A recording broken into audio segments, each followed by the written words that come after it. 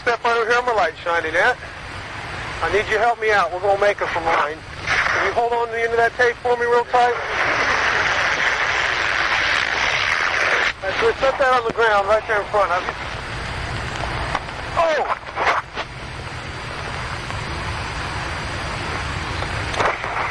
You all right?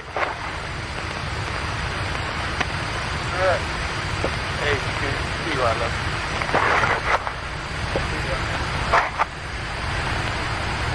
Yeah, breast dude, come around here. Brittany Douglas was born June 19, 1995. She was a freshman at New York University and had dreams of becoming a lawyer. Tyler Williams was born on October 30th, 1995. He was a freshman at St. John's University with a full basketball scholarship. His dream was to become a pro basketball player. One night, Brittany was driving on the highway to her parents' house for a visit. On this same highway, Tyler was driving home from a party intoxicated without someone sober at his side. When he made a wrong turn, this was where Brittany encountered Tyler for the first and last time, killing her in the wreck. I lost my scholarship. I got kicked out of school. I just have to take one more drink. One more drink. A Jaeger bomb is Monster or any sort of energy drink mixed with shots or multiple shots of Jaeger mixed together and stir them around and fire them all down in one quick swig, a little swig or a chug.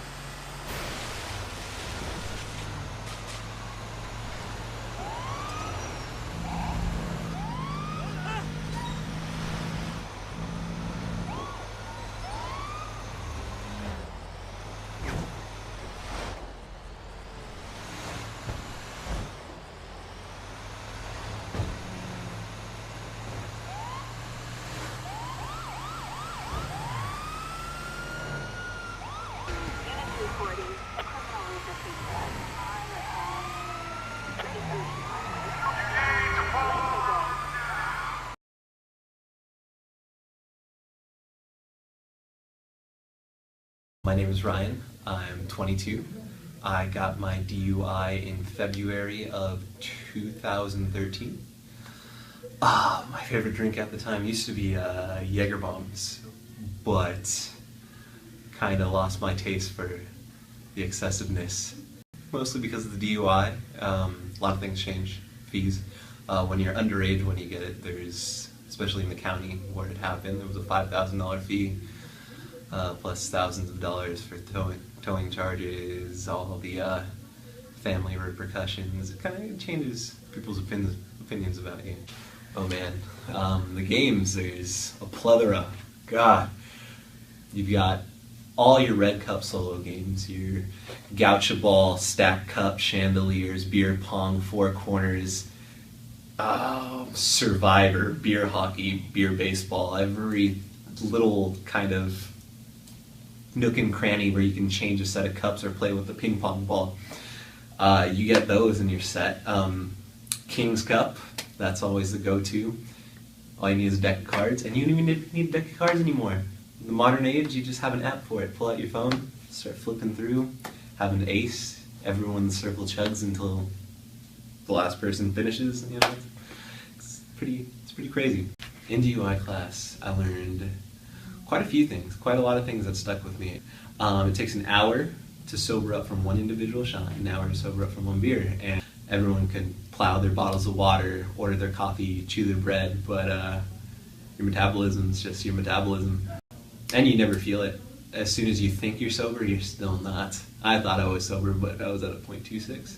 Yes, I do think I have a problem with alcohol, but I think it's more on the potential side. I never thought of alcohol like that until I got arrested. Real dangerous. We were telling him to slow down, and he was scaring us, but we had no control over what he was doing. I don't know, I feel like I'm a different person. I understand a lot more, and I see a lot more. more cautious as to getting into a car with somebody ever again. I don't trust other people driving. He looked perfectly fine when I got into the car with him. But it was risk-taking. I hadn't seen him drinking, but if I had used my common sense, I would have known that he had been.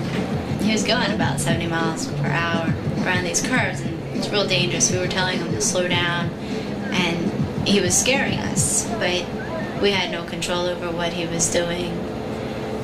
And the next thing I know is we were spinning. We were in a spin, and we hit a telephone pole. It hit on his side, but I got the impact and snapped my spine and broke it. And then they had to rip my door off because they couldn't get me out of the car. And I just remember what kind of pain I was in. It was incredible pain. The moment that it hit me that I couldn't walk, I cried. It's just totally unbelievable. It is so true that the alcohol in your system, the only way to get rid of it is to metabolize it, to let time remove it from your system. It can't be shocked out of you with a cold shower. It can't be reduced with a cup of espresso or latte. It can't be reduced by now eating a pizza thinking, oh, now I'm going to sober up. It doesn't work that way. For every drink, it takes a minimum of an hour to get out of your system. If you're smaller or more petite, or your liver doesn't work as well, it takes even longer than the average. So I just got off the phone with Declan. I guess he picked up 2 handles of vodka. He's gonna get pretty smashed today. Alright, man, I just wanna get wasted. Okay. Let's get the hell out of here. Yeah! Where you at, kid? Yeah, a hole in the wall. In the old master, where the life's the ill. Beastie these boys, homie, check your head. Catch me if you can, running with the gingerbread man. Time live, attacking the kegs. Here's a song, my friend, a beautiful hangover, rolling with fam. Pass the pen, I execute hotlines. Drink them under the table, they early and give a peace sign. Still spaced out, cousin Balky. Sipping Jack diet like South Beach. Dude, this is like the best. I love this stuff. It tastes so good. I'm starving, man. You wanna go somewhere? Yeah, let's head over to Mickey D's. I love their burgers. Yo, Declan, you want some burgers? Dude, he's passed out. Check if he's breathing. I can't go back there. Check if he's breathing. Alright, man. Yo, Declan, you breathing? He's not breathing, man. Yo, I'm gonna check his pulse. Dude, he's knocked out, dude. What, we gotta do something, man. He's like, what? What do we do? Go to the hospital. Go to the hospital, man. Nah, I ain't going to the hospital. We'll like I'm drop him not going to the hospital. I'm not going to the hospital, man. We'll drop him in front of the hospital. They'll take care of it. We just gotta leave him on like the sidewalk or something. And they'll get him. They'll get him. Alright. They'll get him, okay? Alright. Dude, get him out. Get him out. Get him out. Get there. Get there.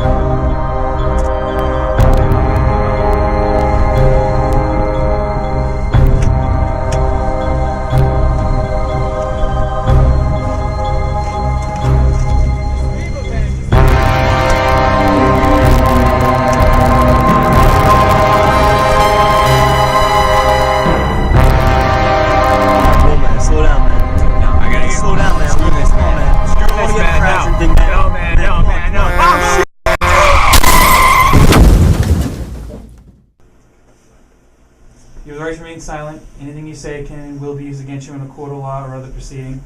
You have the right to talk to a lawyer. If you cannot afford one will be appointed for you without cost to you.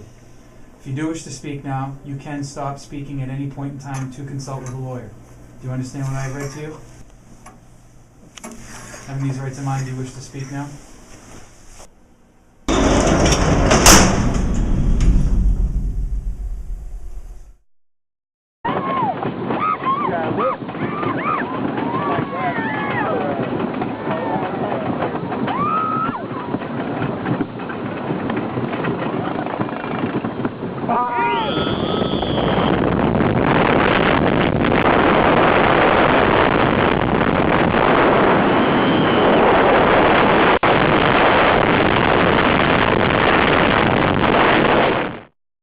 So if you're ever out with friends and you have a situation where one of your friends has a seizure due to drug or alcohol abuse or withdrawal, the most important thing to do is to guard their head. Make sure that they don't hit their head on something firm. You do not do anything other than that except protect them and call 911 immediately. Do not leave them there. They can choke on their own tongue. They can vomit in their mouth. That vomit then can go down into their windpipe and cause a lot of complications and respiratory failure. One of the most important things is to put them into what we call rescue position, which is fetal position on their side. That way, if they do vomit contents, it comes out of their mouth, and that way their tongue doesn't fall into the back of their throat and close off their airway. You should not attempt to put anything in their mouth. In the past, they used to recommend that you put a wallet or a spoon in the person's mouth in order to keep them from biting down too hard or from biting off their tongue, but that is not recommended anymore. My blood alcohol content was 0.2. I was actually drinking as I was driving. I seen the police and kept drinking because I was like, well, if I'm going to go to jail, I might as well keep drinking. I'm going to jail. So come to find out that was not the best idea. I had to spend one night in jail. I had to do a work release program. They didn't offer me to do any community service. So basically I had to go back to jail for at least 5 days. And the fines were $2,500 for the court fee, and then the next one was for the classes, which was originally, $1,100. I drink tequila and whiskey. I like everything straight. I like it to burn. I need to know how much I put in me. I like that. Anyone sitting in a DUI class right now, I would say that I would take full advantage of my responsibilities I committed, and I would definitely make sure I get everything I can out of the class and make sure I do not drink and drive again, because it is not a joke. It is too much money, it's too much time, and it is just the headache that you have to deal with that you don't need to, for when you can just pay someone to drive you home. Now when I drink, I have a designated driver, or I drink at home. Or most of my locations currently I can walk to, so I don't have that problem anymore. I have realized that DUI is a serious crime, and it's something that we should definitely pay attention more to, because it really is taking a whole lot of lives. And I think it's really good that the classes, help identify what kind of drinker you are. My name's Keith. I'm 22, and this is my first DUI. I received it coming home from a bar. I was drinking whiskey the whole night.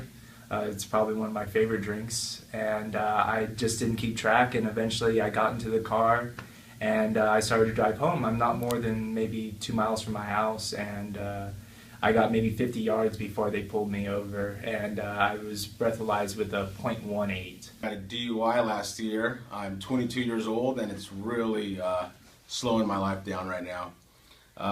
I got it December 2013, and I got 9 months of classes because I blew a .20.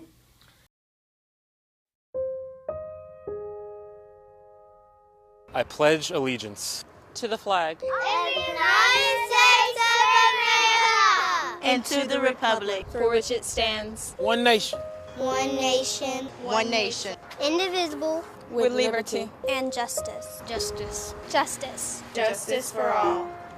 On March 2nd, my son was hit by a drunk driver.